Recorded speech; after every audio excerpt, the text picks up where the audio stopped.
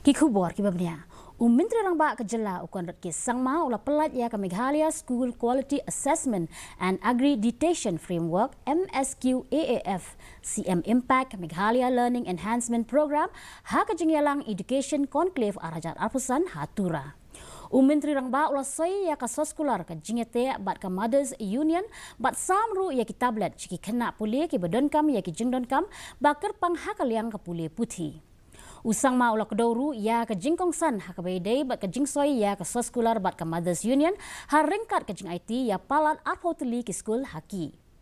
Ula pensyai bak ke sorkar kan omdo jing penyat ya ki skul Henry nakaliang ke Mothers Union kan yarap penyat ya ki ha ke rukom ke babet berhenti. Ula ya keren ru halor ke Youth Development Strategy ke jing bay tingka jong ke sorkar haki kam ya lekai bat ki kam bayadai bat ke lariti lembat ke sandur bak kelum lang jong ke roy kapar nak kebenta ki samla. This model, it has taken some time, but I'm happy that today we have come to the conclusion. And the idea is not that we're handing over the whole school to them. No, it's not like that. These are still government schools.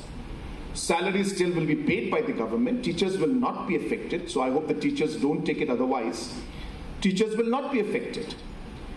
But the idea is that the Mothers Union will come in and proactively work with the teachers, work with the families, work with the students, and see how education can be then made even better in those 20 schools.